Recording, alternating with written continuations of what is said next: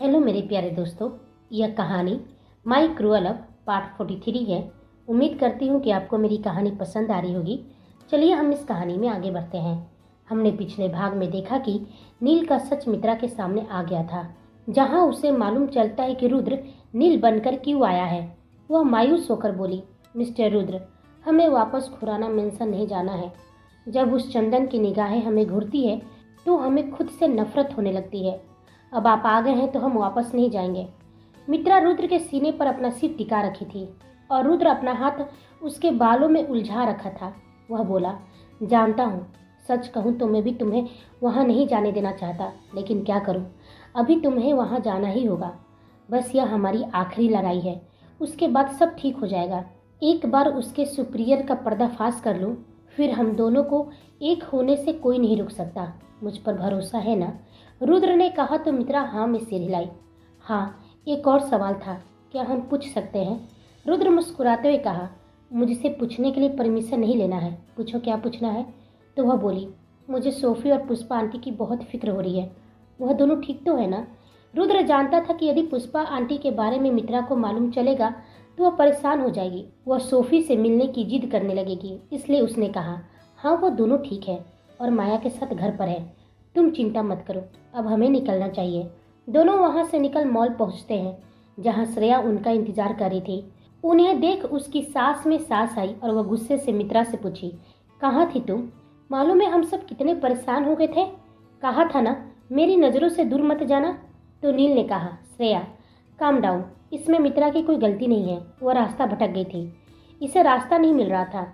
अब लेट हो रही हो तो तुम दोनों घर जाओ। रुद्र और मित्रा एक बार फिर से प्यार भरी निगाहों से एक दूसरे को देखते हैं। रुद्र अपना एक आई ब्लिंक करता है तो मित्रा शर्मा जाती है, उसके गाल लाल हो जाते हैं। श्रेया आगे थी और वो दोनों पीछे थे। मित्रा धीरे से बोली, ऐसी छिछोरी हरकतें मिस्टर रुद्र प्रताप सिंह पर नहीं जचती है, और वह तेज कदमों से जाकर कार में बैठ जाती है। श्रेया भी नील के गले लग जाती है। Thank you Neel, I will miss you. Mitra का मुंह उतर जाता है उन्हें साथ में देखकर। उसे जेलस हो रही थी और रुद्र उसकी जेलसी का मजा उठा रहा था। इधर चंदन घर पहुंचता है तो देखा कि मित्रा और श्रेया अब तक घर नहीं पहुंचे हैं, जिससे वो गुस्से से तिलमिला जाता है। उसी वक्त उसके मोबाइल पर मैसेज आती है, जिससे वह देख शॉक हो जाता है। रमन के बारे में उसके असिस्टेंट ने भेजा था, जिसमें लिखा था कि रमन मिल चुका है। वह तुरंत अपने असिस्टेंट को फ़ोन करता है तो उधर से वह बोला, बॉस मिस्टर रमन हमें मिल गए हैं और उनकी हालत बहुत बुरी है, वो हॉस्पिटल में है। और बॉस, और भी बुरी खबर है, आपके जितने बिजनेस पार्टनर्स हैं सबने आपके साथ बिजनेस करने से मना कर दिया है। क्या बकवास है, कहना क्या चाहते हो? चंदन ने कड़क आवाज़ में पूछा। बॉस, हमारी जितनी डील थी सब कैंसिल हो गई है। बिजनेस पार्टनर्स और आपके बिजनेस क्लाइंट्स सभी ने अपना हाथ खींच लिया है, जिससे हमारी कंपनी की शेयर गिरते जा रही है। यह सुनते ही चंदन गुस्से से भर गया था, उसकी मुट्ठी बंद हो गई थी, वह परेशान हो गया था। बॉस, अब हमें सिर्फ मिस्टर नील ही बचा सकते हैं। और एक बात बतानी थी बॉस, चंदन ने पूछा। क्या, इससे भी कोई बुरी खबर है? हाँ बॉस, अभी मुझे मालूम चला है कि मित्रा मैम मॉल से भागने की कोशिश कर रही थी। यह सुनते ही चंदन एक बार फिर गुस्से से अपनी मुट्ठी कस लेता है। जबरा भीच बोला, बस बहुत हुआ, मुझे लगा ही था कि लड़की कुछ ऐसा ही करने वाली है। वो कॉल कट कर देता है और उसी वक्त सामने से श्रेया और मित्रा आते हुए उसे दिख गए, जिससे उसके चेहरे पर मिस्टीरियस स्माइल आ जाती है। उसे देख मित्रा का कदम रुक जाता है। वह मन में सोच रही थी, चंदन हमें ऐसे क्यों देख रहा है, कहीं इसे हम पर शक तो नहीं हो गया है ना? इसे मालूम तो नहीं चल गया हमारे और मिस्टर रुद्र के बारे में? नहीं, ऐसा नहीं होना चाहिए, वरना रुद्र के सारे प्लान फेल हो जाएंगे। वो भी अपने चेहरे पर झूठी मुस्कान लिए चंदन के सामने आकर खड़ी हो जाती है। उसने पूछा, शॉपिंग हो गई? हाँ भाई, कुछ रह गया और कुछ हो गया है। अभी श्रेया अपनी बात कंप्लीट ही करती कि एक तेज थप्पड़ उसके गालों पर पड़ा। मैंने तुमसे नहीं पूछा था। चंदन का बोलते समय उसकी नज़र मित्रा पर ही थी। दोनों शॉक हो जाती है। श्रेया की तो आंखों में आंसू आ गए थे। वो गुस्से से चंदन को देखने लगती है। मित्रा का तो जैसे खून ही जम गया हो। टाइम क्या हुआ मित्रा, बताओ क्या टाइम हो रहा है? वह जोर से बोला तो वह अटकते हुए बोली, वह 9 बज रहे हैं। क्यों जान, ऐसी भी कौन सी खास शॉपिंग हो रही थी तुम्हारी कि तुम्हें इतना टाइम लग गया था, या इरादा कुछ और था? कहीं भागने का तो नहीं। मित्रा की आंखें हैरानी से बड़ी हो जाती है। माथे पर पसीने की कुछ बूंदें फैल गई। उसकी हलक में ही उसकी आवाज अटक गई थी। वह ऐसा कुछ नहीं है। चंदन ने पीछे से उसके बालों को अपनी मुट्ठी में कसते हुए, जिससे मित्रा को तेज दर्द महसूस हुआ, उसके चेहरे को थोड़ा ऊपर करते हुए कोल्ड आवाज में कहा, एसी में भी तुम्हें पसीने आ रहे हैं? और ये तुम्हारा चेहरा जो डर से पीला पड़ गया है, यह सबूत है तुम्हारे झूठ का। मित्रा अपने दोनों हाथों से उसका हाथ पकड़ अपने बालों को छुड़वाने की कोशिश करती है। छोड़ो, हमें दर्द हो रहा है। चंदन अपनी दांत पीसते हुए कहा, दर्द हो रहा है तुम्हें? क्या लगा तुम्हें मुझसे भागना आसान है? मुझे तो तुम पर पहले ही शक था, इसलिए बड़ी आसानी से बाहर जाने दिया था कि तुम्हारे इरादे जान सकूं, और तुमने मेरा शक सही साबित कर दिया। श्रेया अपने मन में बोली, तो क्या महारानी भाग रही थी? लेकिन क्यों? खैर जो भी है, आज इसकी वजह से मुझे थप्पड़ पड़ी है, इसे सजा मिलनी ही चाहिए। चंदन ने पूछा, बताओ कहाँ भाग रही थी? वह दांत पीसते हुए पूछ रहा था। और कौन था वह लड़का जो तुम दोनों के साथ में था? नील का नाम आते ही दोनों शॉक हो गई। तभी श्रेया बोली, भाई वो मेरा फ्रेंड था, उसी ने मित्रा को पकड़ के लाया था। चंदन को बिल्कुल शक नहीं था कि वह नील होगा, क्योंकि वो कैजुअल ड्रेस के साथ साथ मास्क और गॉगल्स पहन रखा था। वह बिल्कुल नॉर्मल बनकर वहां गया था। बहुत हुआ तुम्हारा, अब तुम्हारी चालाकी नहीं चलेगी। 3 दिन बाद ही हमारी शादी होगी। सुनकर मित्रा चौंक गई। वह परेशान हैरान होकर उसे देखने लगी। श्रेया, तुम्हारी और नील की भी शादी उसी दिन होगी। यह सुनकर श्रेया खुश हो जाती है। चंदन वहां से निकल सीधे हॉस्पिटल जाता है, जहां रमन को एडमिट किया गया था। डॉक्टर चंदन को बताते हैं, मिस्टर रमन की हालत बहुत ही खराब है, जिसकी वजह से उनका दिमाग काम करना बंद कर दिया है और वो कोमा में जा चुके हैं। चंदन को वहां देखते ही लक्ष्मी जी रम्या गुस्से से उस पर भड़क गई। तुमने ही मेरे बच्चे के साथ जानवरों जैसा व्यवहार किया है। अब मिल गया तुम्हारे कलेजे को ठंडक। वहाँ स्टाफ, नर्स और जो भी मौजूद थे, सभी का ध्यान इधर चला आया था। चंदन को बहुत गुस्सा आ रहा था, लेकिन वह तमाशा नहीं कर सकता था। वह घूरकर लक्ष्मी जी और रम्या को देखा और वहां से चला जाता है। इधर उधर अपने ऑफिस में बैठा था। जहां बैठा था वह न्यूज चल रही थी चंदन की बर्बादी की। रुद्र ने उसकी कंपनी की सारी शेयर एक ही झटके में खरीद कर गिरा दिया था। चेहरे पर उसकी अपनी पहली जीत की मुस्कान थी। वहीं दूसरी ओर चंदन भी न्यूज ही देख रहा था। गुस्से से उसके चेहरे की नसें तन गई थी। अचानक से इन दिनों में उसके हाथ से सब कुछ फिसल रहा था। वह अपना सिर पकड़ बैठा था। तभी उसका असिस्टेंट आता है और कहता है, बॉस, सुपीरियर इंडिया आ चुके हैं, वो आपका वेट कर रहे हैं। सुपीरियर अचानक से यहाँ इंडिया में? हाँ, माना कि वो आने वाले थे, लेकिन ऐसे कैसे? कुछ तो गलत हो रहा है यहाँ। मामला ऐसे ही बिगड़ रहा है। क्या जवाब दूंगा उन्हें? वह बोला, बॉस, मिलना तो होगा ही, वरना आप उनका गुस्सा जानते ही हैं। असिस्टेंट ने कहा तो चंदन हाँ में सिर हिलाया और लंबी गहरी सांस लेते हुए अपने ऑफिस से बाहर निकल गया। इधर दूसरी ओर रुद्र से रोहन बोला, वे तुम्हारा वेट कर रहे हैं, जैसे तुमने कहा था वहाँ व्यवस्था हो गई है। और रुद्र भी अपनी कार में बैठकर निकल जाता है। वहाँ एक 7 स्टार होटल में उसकी कार एंटर करती है। उसके साथ सिर्फ रोहन और ऋषि थे, उसके बॉडीगार्ड्स नहीं। वैसे उसने गेटअप नील का रखा था और उसने होटल के टॉप फ्लोर पूरा बुक कर लिया था। वहाँ सीधे लिफ्ट के थ्रू रुद्र ऊपर चला गया। रोहन और ऋषि नीचे ही रह गए। वहाँ एक आलीशान कमरा था जहाँ 2 लोग बैठे थे। नील को वह देख हैरान हो गए थे। देविका और गायत्री जी दोनों खड़े हो गए थे। अनोइंग फेस के साथ वे नील को देख रहे थे। तभी रुद्र ने अपने चेहरे से मास्क हटाया तो उसे देख दोनों की आंखें नम हो गई। उनका रुद्र जिंदा है, उनके लिए विश्वास करना मुश्किल हो रहा था। दोनों उससे गले मिलकर अपना मन हल्का कर रही थी। तभी देविका पूछी, तुम जिंदा थे तो हमसे अब तक छुप क्यों रहे थे, और सिर्फ मुझे और दादी को ही मिलने क्यों बुलाया? वहाँ घर पर सभी बहुत उदास है, उन्हें जानने का हक है कि तुम जिंदा हो। गायत्री जी भी बोली, हाँ बेटा, जब से तुम्हारी मौत की खबर मिली थी सभी टूट गए थे। सुबोध को तो संभालना मुश्किल हो रहा था। वह तुम्हारे गम में घर छोड़कर हरिद्वार चला गया। क्या डैड ने घर छोड़ दिया? यह सुनकर रुद्र को बहुत दुख हुआ। हाँ बेटा, उसका मन नहीं लगता था, इसलिए वो हरिद्वार चला गया मन की शांति के लिए। खैर, जो होना था सो हो गया। तू लौट आया, यही हमारे लिए खुशी की बात है।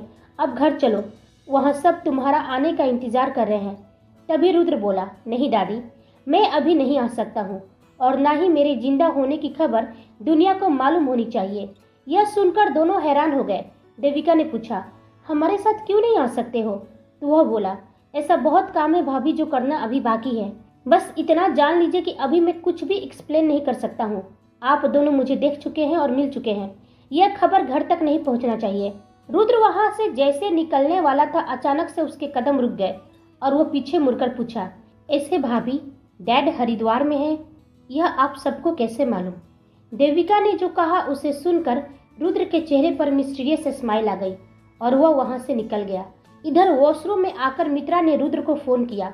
वह जैसे ही उसका फोन उठाया वह रो रही थी, जिससे रुद्र गुस्से से अपनी मुट्ठी कस लेता है और थोड़ा नरम आवाज में पूछा, तुम रो क्यों रही हो? हमें यहाँ नहीं रहना है। चंदन ने कहा है कि 3 दिन बाद ही वो हमसे शादी करेगा। वो जान गए कि हम मॉल से भागने की कोशिश कर रहे थे। तुम कहाँ हो अभी? रुद्र ने पूछा। हम वॉशरूम में हैं, आपको यहीं से फ़ोन कर रहे हैं। क्या मालूम उसने कमरे में सीसीटीवी कैमरे लगा रखे होंगे, इसलिए हम छुपकर वॉशरूम से आपसे बात कर रहे हैं। यह सुनकर रुद्र के चेहरे पर मीठी मुस्कान आ गई। हमें आपकी बहुत याद आ रही है, प्लीज़ हमें आपसे मिलना है। ठीक है। रुद्र फोन कट कर देता है तो मित्रा ने जैसे देखा कि रुद्र ने फोन रख दिया, उसका मुंह बन गया। यह क्या? ठीक है कहकर फोन रख दिया। मिस्टर रुद्र को हमें परेशान करना अच्छा लग रहा है। एक बार सब ठीक हो जाए, उसके बाद हम इतने नखरे करेंगे कि हमें मनाते मनाते परेशान हो जाएंगे। रुद्र रोहन से पूछा, अभी चंदन कहाँ होगा? 2 मिनट रुको, अभी पता करके बताता हूँ। रोहन किसी को कॉल करता है, फिर फोन रखकर रुद्र से बोला, चंदन ना घर पर है ना अपने ऑफिस में, जल्दी में कहीं गया है, शायद उसके लिए बहुत इंपॉर्टेंट है। रुद्र ने कहा, मुझे मालूम है कि वो कहाँ गया होगा। खैर, मुझे अभी मित्रा से मिलना है। यह सुनकर दोनों अवाक रह गए। कैसी बात कर रहा है यार, वह उसके घर पर है, वहाँ उसकी सिक्योरिटी गार्ड है, अंदर कमरे में है, सीसीटीवी कैमरे हैं। It's impossible, nothing is impossible for me. Rudra ने कहा। खुराना मेंशन में रुद्र नहीं नील जाएगा मिस्टर खुराना और उनकी बेटी से मिलने, अपनी शादी का शगुन लेकर। मेरी लव ने मुझे याद किया है तो जाना तो बनता ही है। यह सुनकर ऋषि और रोहन दोनों मुस्कुरा देते हैं। उन्हें रुद्र के पागलपन का एहसास था। तभी ऋषि ने कहा, समझ गया, मुझे सीसीटीवी कैमरे कुछ देर के लिए हैक करनी पड़ेगी। रोहन ने कहा, खैर जो भी है, चंदन को इन्फॉर्म तो करना ही पड़ेगा ना। रुद्र बोला, चंदन का अभी फोन नहीं लगने वाला, क्योंकि जहाँ वह अभी जिससे मिलने के लिए गया है वहाँ पर उसने अपनी फोन स्विच ऑफ कर दिया होगा। आज वो अपने सुपीरियर से मिलने वाला है। मॉम को कहो रेडी रहेगी। फिर कुछ देर में नील और मीनाक्षी जी साथ में खुराना मेंशन के लिए निकलते हैं। तभी मीनाक्षी जी ने कहा, अब समझी कि तुम मुझे कल ही दिल्ली आने के लिए क्यों बोला था। लड़की पसंद आ गई और मुझे बताया भी नहीं। बताना क्या था मॉम, आप तो सीधे मिलने जा रही हैं, लेकिन इस कहानी में थोड़ा ट्विस्ट है। ट्विस्ट? कैसा ट्विस्ट? कन्फ्यूजन में मीनाक्षी जी पूछी। जिससे अभी आप मिलने वाली है, असल में वो मेरी पसंद नहीं है। वो चंदन की बहन है, जिसके सहारे मुझे चंदन तक पहुंचना था। लेकिन एक्टिंग आपको ऐसे ही करना है जैसे कि आप उससे मिलकर बहुत खुश हैं और वही आपके घर की होने वाली बहू है। श्रेया नाम है उसका। तो मीनाक्षी जी पूछी, तो तुम्हारी पसंद कौन है? मित्रा। चंदन उसे अपने कैद में रखा है, वह उससे जबरदस्ती शादी करना चाहता है। मुझे उससे मिलना था आज, इसलिए सारे प्लान किए। तो वह बोली, ओ, तो मित्रा से मिलने के लिए इतना कुछ? तो क्या तू उससे मुझे नहीं मिलाएगा? मुझे अपनी असली बहू से मिलना है। उससे भी मिल लेना मॉम, अभी फिलहाल आपको सभी को उलझा के रखना है ताकि मैं अकेले में मित्रा से मिल सकूं। मीनाक्षी जी ने कहा, बस इतना सा ही काम करना है तो तुम रिलैक्स हो जाओ। उनकी गाड़ी खुराना मेंशन में एंटर करती है। उनके साथ में और भी 3-4 गाड़ियां थी। मिस्टर खुराना दरवाजे पर ही उनका इंतजार कर रहे थे। वह दोनों गाड़ी से उतरकर अंदर जाते हैं, जहां सभी उनका बहुत अच्छे से स्वागत करते हैं। उनके आदमी शगुन के लिए जो लाए थे सभी वहीं पर रख देते हैं। मिस्टर खुराना कहते हैं, इसकी क्या जरूरत थी, आप आए यही काफ़ी था हमारे लिए। तो मीनाक्षी जी बोली, शगुन तो चलता है भाई साहब, ऐसे भी आज हम पहली बार अपने होने वाली बहू के घर आए थे तो खाली हाथ तो नहीं आ सकते थे ना। खैर आप यह बताइए कि हमारी होने वाली बहू श्रेया कहाँ है? हम तो कब से उसे देखने के लिए तरस गए हैं। तभी श्रेया आज इंडियन ड्रेस में, जिसमें वो बहुत ही प्यारी और खूबसूरत लग रही थी, आकर मीनाक्षी जी के पास बैठती है। मीनाक्षी जी को श्रेया बहुत पसंद आई थी, लेकिन वो यह जानती थी कि उन्हें बस सास होने की एक्टिंग करनी है। उनकी भी नज़र मित्रा को ही ढूंढ रही थी, जैसे रुद्र की नज़र ढूंढ रही थी। रुद्र को किसी तरह मित्रा तक पहुंचना था। थोड़ी देर बातचीत करने के बाद मीनाक्षी जी श्रेया से बोली, श्रेया बेटा, मुझे अपना घर नहीं दिखाओगी? तो वह बोली, क्यों नहीं आंटी, तो चले पहले बाहर से शुरुआत करते हैं। श्रेया मुस्कुराते हुए रुद्र से पूछी, क्या तुम हमारे साथ नहीं चलोगे? तो मीनाक्षी जी बोली, छोड़ो ना बेटा, जीवन भर तो तुम्हें इसी से बात करनी है, थोड़ा अपनी होने वाली सास से भी अकेले में कुछ बात कर लो। अब वहाँ बस मिस्टर खुराना और रुद्र थे। रुद्र बहुत सोचने के बाद कहता है, मुझे वॉशरूम यूज करना है, तो चलिए मैं आपको ले चलता हूँ। मिस्टर खुराना ने कहा तो रुद्र बोला, नहीं आप बैठिए, मैं चला जाऊंगा, मुझे बहुत अनकंफर्टेबल फील होगा यदि आप मेरे साथ आएंगे तो। रुद्र किसी तरह मित्रा के रूम में पहुंच ही जाता है। तभी अचानक से उसके कमरे की लाइट चली गई। यह लाइट कैसे चली गई? तभी उसे पीछे से अपने पेट पर किसी का स्पर्श महसूस होता है। वह सिहर जाती है, लेकिन अगले ही पल उसे मिस्टर रुद्र के होने का एहसास होता है। वह अपनी आंखें बंद कर धीमी स्वर में बोली, मिस्टर रुद्र, आप यहाँ हैं? रुद्र एक ही झटके में उसकी कमर पकड़ अपने सीने से सामने लगा लेता है। उसकी गर्म सांसें रुद्र को अपने सीने पर महसूस होती है। तुमने याद किया तो मैं आ गया, फिर जितनी बेताब तुम रहती हो मैं उससे कहीं ज्यादा रहता हूँ। रुद्र मदहोश आवाज में बोला तो मित्रा का गाल शर्म से लाल हो गया। कोई देख लेगा तो खामोखा तमाशा हो जाएगी। वह बोली, यह मेरी प्रॉब्लम है, हैंडल कर लूंगा।